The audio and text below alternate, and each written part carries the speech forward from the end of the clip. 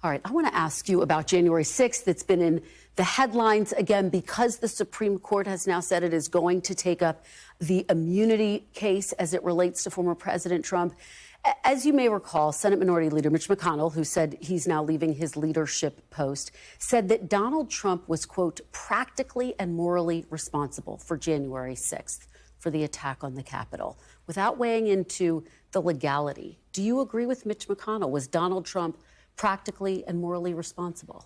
Well, first of all, I think if you look at what happened on January 6th, I have said it was a terrible day. It is not a beautiful day.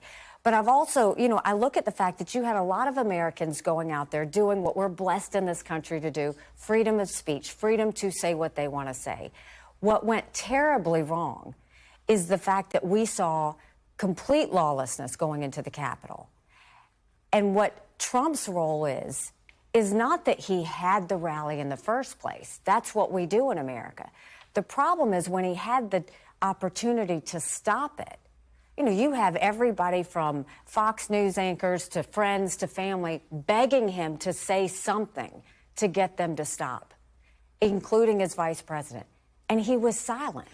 And he didn't say anything. So it was like, why did you allow it to happen? Because when a leader sees something that goes wrong, you use the power of your voice to make it right. That's what's the question is, where was he? Why didn't he do it? Those are the questions he's going to have to answer. So, Ambassador, just going back to my question, yes or no, is he practically and morally responsible, as Mitch McConnell We're going to find out. But do you think he is? What do you think? You're running I think for president. He should have said something earlier. I think he should have stopped it when it started. Is that a yes? He should have.